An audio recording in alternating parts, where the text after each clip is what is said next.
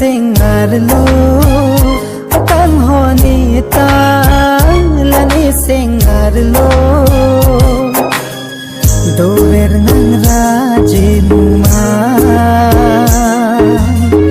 dover nang raji ma lani singbi nang than puan sing ka chi the mang na long sitame nang raji si jui do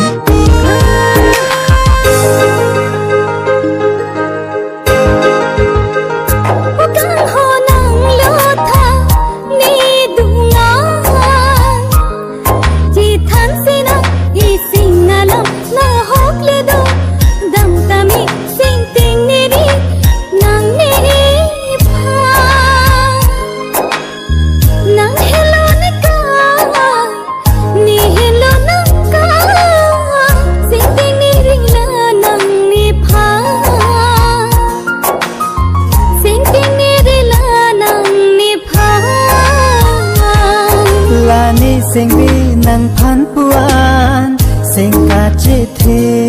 mang na long sitame nang raji si jui do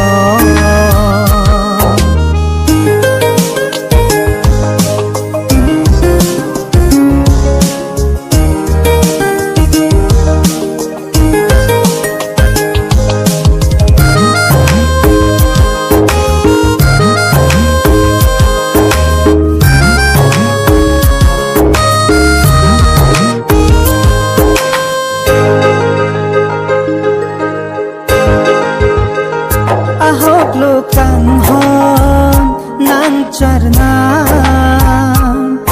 runne boche athira phan na hok le do dam tame sing do e ji la nang pha nang hello ne kai ne hello nang kai sing ting ne un e lo nang pha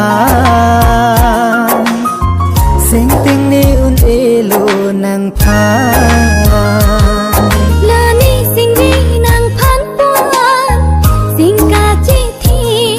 mang mu na long si ta mi nang na ji si jui do lani sing vi nang phan puan sing ka chi thi mang mu na long si ta mi nang na ji nang raji si jui do nang raji si jui do nang raji si